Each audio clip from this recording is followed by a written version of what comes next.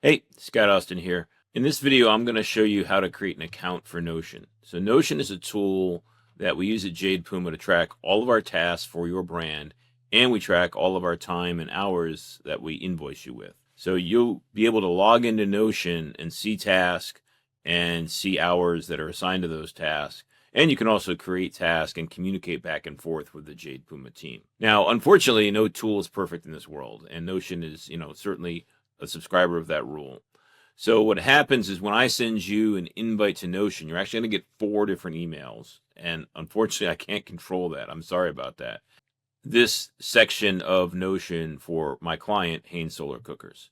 So let's bring down my Gmail from Scott at Hain Solar Cookers, and you'll see that I have 4 invites because there's 4 different areas of Notion I have to give you access to, and you get an email for every one of them. So let's click on the first one, and that's going to allow us to accept that invite and create an account inside of Notion.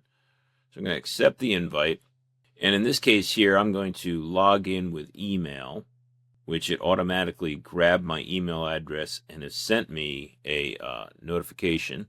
Now you can see you can also use Google or Microsoft or anything else to log in. I always use email addresses, but if you use any of these other methods, those are fine. And we're just going to create a password. And here I am now. I have access to the JadePuma workspace, it's called. If you use Notion in other instances, you'll have other team spaces that you have access to. But here now I can see in Hain Solar Cookers, I can see tasks, and I can also see hours and all the other information that's there. So create an account is that easy.